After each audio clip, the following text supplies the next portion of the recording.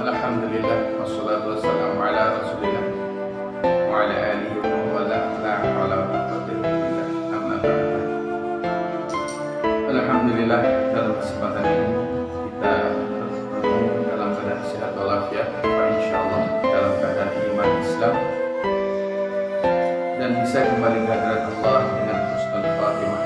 Amin ya rabbal alamin. Kedua, salam serta sholawat senantiasa Allah limpahkan pada junjungan Nabi Muhammad, junjungan Nabi kita Muhammad sallallahu alaihi wasallam. Mudah-mudahan kita dapat memperoleh syafaatnya hari kiamat. Amin ya rabbal alamin. Anak-anakku semuanya, alhamdulillah dalam kesempatan ini dapat bertemu lagi dengan Pak Guru. Mudah-mudahan ada sesuatu yang sangat penting sekali untuk kita cermati dan kita amalkan di bulan Ramadan ini. Dalam bulan Ramadan ini adalah beruntung bagi mereka yang dapat melaksanakan dengan baik.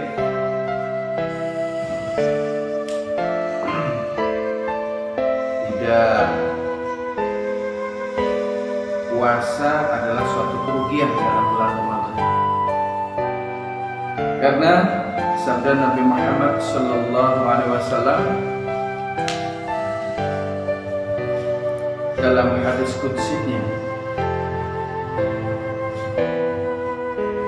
dikatakan bahwa Allah memberikan suatu rahmat yang tidak diberikan kepada umat sebelum Nabi Muhammad sallallahu alaihi wasallam.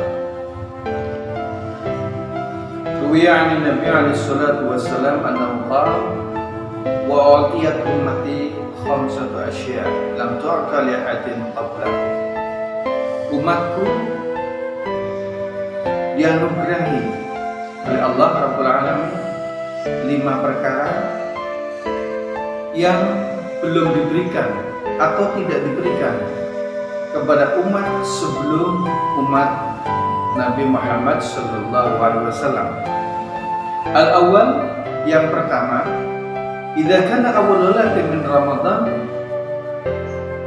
yanzurullahu ilaihi birrahmah wa man nazarallahu ilaihi birrahmah la yu'adhibu ba'du abadan.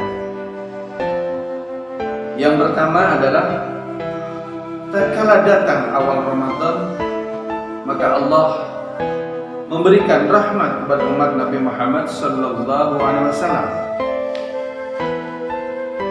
yaitu dengan bahasa yang dulu itu melihat, dan secara maknawi adalah memberikan rahmat kepada umatnya Nabi Muhammad sallallahu alaihi wasallam. Wa man nazarallahu ilaihi, dan barang siapa yang diberi rahmat oleh Allah Rabbul Alamin di awal bulan Ramadan, la yu'adhibu ba'du abadan, tidak akan pernah diazab selama. Maka di sini adalah kita perlu berlomba-lomba agar dapat melaksanakan puasa bulan Ramadan. Jangan sampai yang puasa bulannya namun kita tidak ikut melaksanakan tugas atau kewajiban untuk berpuasa. Karena seseorang yang tidak berpuasa, dia tidak akan pernah merasakan bahagianya puasa. Coba yang hadir di sini pada puasa enggak? Puasa insya Allah. Kalau pas buka puasa, itu rasa yang diperoleh apa? Balas dendam, oleh 3 mangkok. Lalu sate dihabisin semuanya, habis itu selesai. Atau bagaimana? Saat buka puasa, air diminum, itu rasanya bahagia yang tidak dirasakan oleh orang yang tidak berpuasa. Orang yang tidak berpuasa dia akan rugi, tidak akan pernah merasakan bahagianya orang berbuka puasa. Nikmat sekali. Suatu hari kita kita menahan dahaga, lapar, dan begitu maghrib kita minum, maka kebahagiaan itulah yang tidak bisa diukir dengan tulisan. Coba anak-anakku semuanya kalau ketemu ayah atau ibu atau orang yang dicintai, bahagia enggak? Itu bisa diukir enggak bahagianya? Oh, bahagianya bentuknya seperti ini ya. Bisa enggak kan? Begitu juga kalau kita berbuka puasa, itu rasanya bahagia sekali. Maka beruntunglah bagi mereka yang bertekad dan berniat untuk berpuasa, dan rugilah bagi mereka yang tidak berpuasa. Jangan iri terhadap mereka yang tidak berpuasa, marah-marah kita terhadap mereka, jangan sampai. Justru kita harus kasihan dan memberikan penjelasan kepada mereka agar sadar mau melaksanakan puasa. Karena sesuatu yang akan kita peroleh adalah diberi rahmat, dianugerahi rahmat oleh Allah. Dan siapapun yang mendapat rahmat tersebut tidak akan pernah diadab selama-lamanya. Amin ya rabbal alamin. Mudah-mudahan yang di sini semuanya, termasuk Pak Guru ini, tidak diadab, anak-anakku semuanya juga tidak diadab karena melaksanakan puasa Ramadan dengan apa? Imanan, berdasarkan iman, wahtisaban, hanya mengharapkan pahala dari Allah Rabbul Alamin. Bukan karena ada calon orang tua misalnya langsung puasanya pura-pura meringat padahal habis nyata sok keluarin kopi. Dan ini jangan sampai. Tapi karena wahtisaban hanya mengharap ridha Allah Rabbul Alamin. Yang kedua,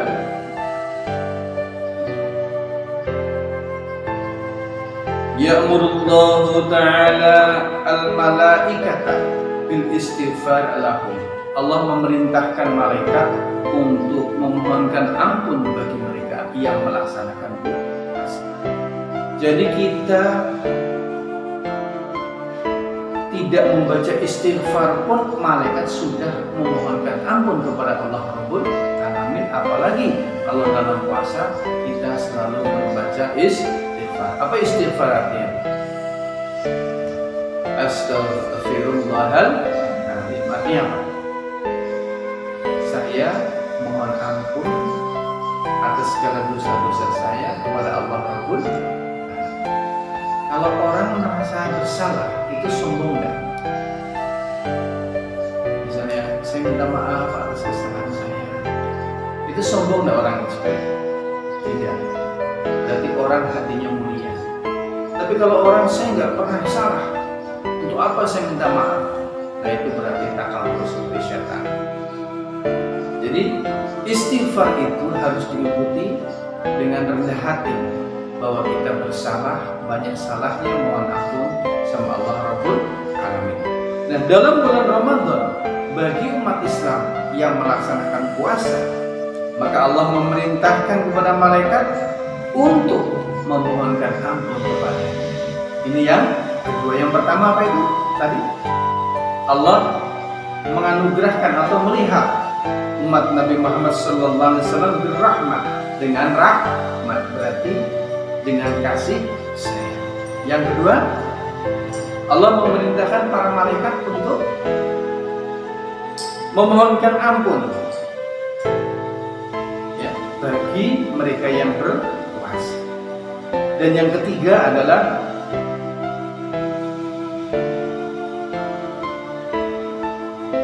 anna raihata famis shaimi atyabu indallahi min rihil misk.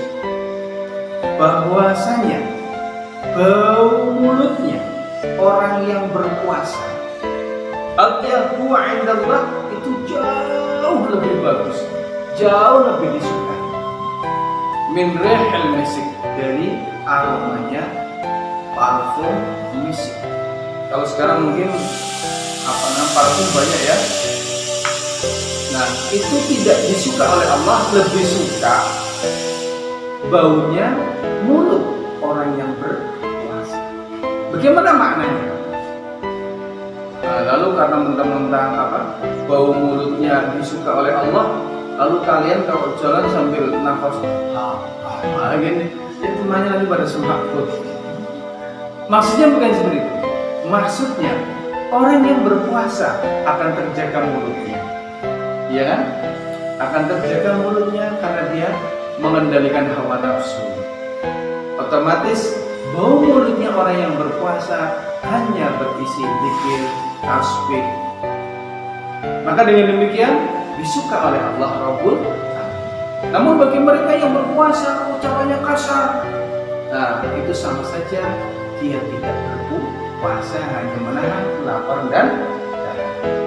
Lalu bagaimana aroma orang yang puasa namun dianya durjana dalam ucapan kasar?